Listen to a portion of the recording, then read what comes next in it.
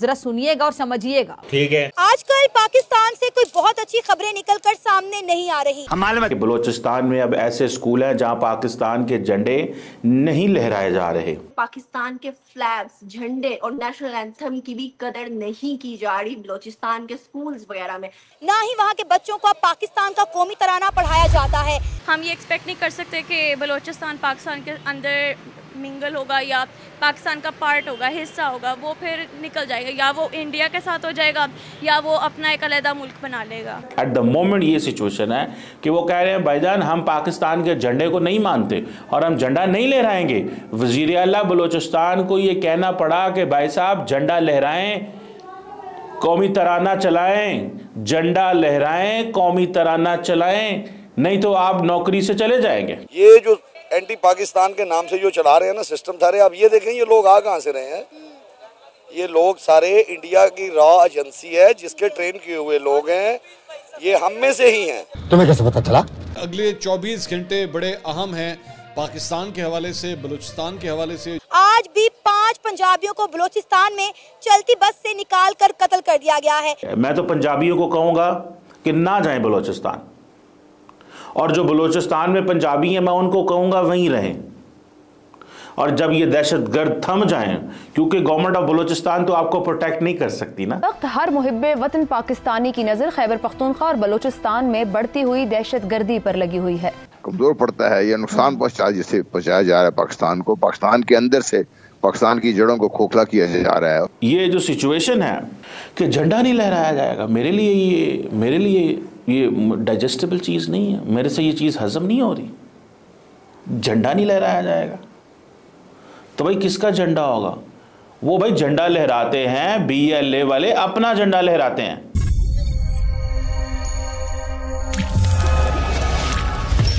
नमस्कार, जय हिंद दोस्तों हिंदुस्तान स्पीक में आपका स्वागत है। दोस्तों जैसे कि आपने क्लिप में देखा, बलूचिस्तान पाकिस्तान के हाथ से निकलता जा रहा है। जब से पाकिस्तान आर्मी ने मेहरंग बलोच को किडनैप किया है तब से बलूचिस्तान जल रहा है। अब तो बलूचिस्तान के स्कूलों में पाकिस्तान का झंडा तक नहीं लहराया जा रहा है, जिसको लेकर पाकिस्तानी मीडिया छाती पीट कर रो रही है। दोस्तों पाकिस्तान बलूचिस्तान के साथ वही कर रहा है जो कि कभी बांग्लादेश के साथ किया था, और बांग्लादेश पाकिस्तान से अलग हो गया था, और अब बलूचिस्तान भी पाकिस्तान से जल्द ही अलग होने जा रहा है। तो चलिए दोस्तों इसी पर आगे पाकिस्तानी मीडिया का रिएक्शन देखते हैं। आज जब मैं सुबह उठा तो मैंने ये खबर पढ़ी कि बलूचिस्तान जो पाकिस्तान का सबसे बड़ा सूबा है, जिसकी जो टेरिटरी है that is 347,000 kilometre, that comprises 44% of Pakistan population. उस टेरिटरी के चीफ मिनिस्टर ने ये कहा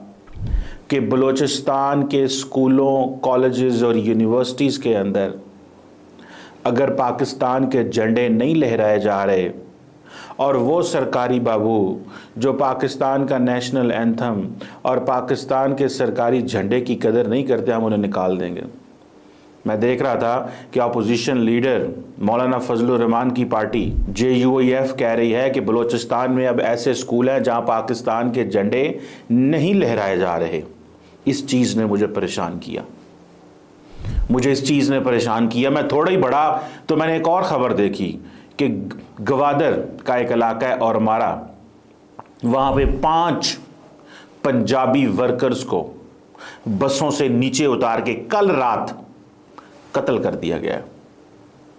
मैं थोड़ा और ही पढ़ रहा था कि मुझे ये पता चला कि जगह जगह पे बलूचिस्तान के अंदर जगह जगह पे BLA ने लोगों को बसों से उतार के हाईवेज बंद कर दी हैं, बसें जला दी हैं। अब मुझे ये बताएं, कभी खबर आ रही है कि जनाब झंडा नहीं लहराया जा रहा, कभी खबर आ रही है कि पंजाबी वर्कर्स को कत्ल कर दिया जा रहा है। ये कल रात की बात, और मैं उस औरमारा इलाके को देख के आया हूँ।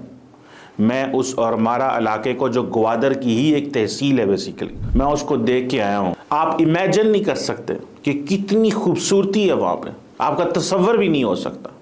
लेकिन वहाँ पे 5 पंजाबियों को कल रात बसों से उतार के कत्ल कर दिया गया है। मैं तो पंजाबियों को कहूँगा कि ना जाएं बलूचिस्तान, और जो बलूचिस्तान में पंजाबी हैं मैं उनको कहूँगा वहीं रहें।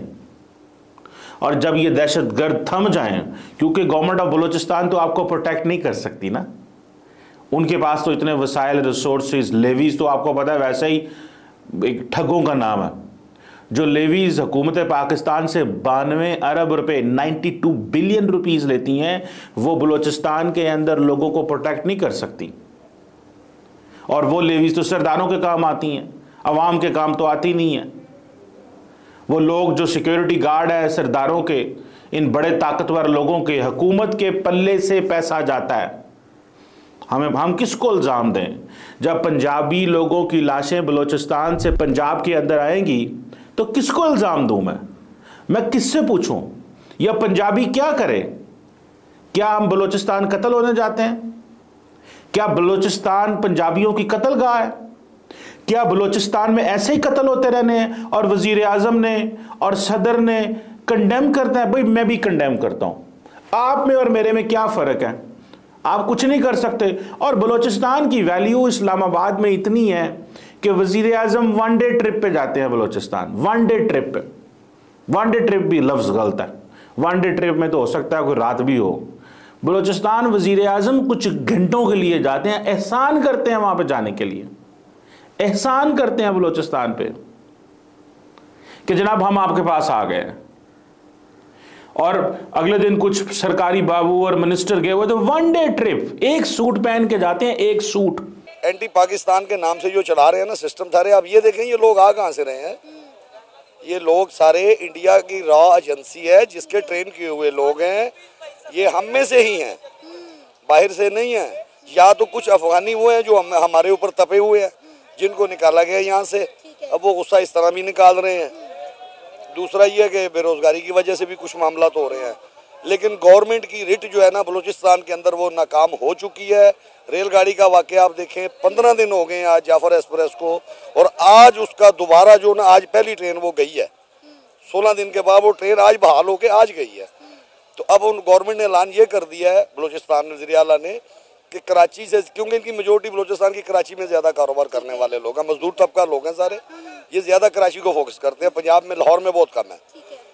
तो बसों का शेड्यूल ये आज इतना मजबूरन चेंज करना पड़ा है गवर्नमेंट को कि बसें दिन के टाइम निकलेंगी बलूचिस्तान के लिए, कोयटे के लिए, रात की कोई ट्रांसपोर्ट नहीं होगी।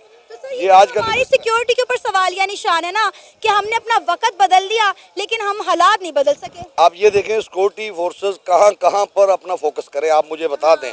हमारे घरों के अंदर से ही अगर उठ जाएं, घर के अंदर का बेहती जो है वो मुश्किल से कंट्रोल होता है, बाहर वाले से मुकाबला हो जाता है।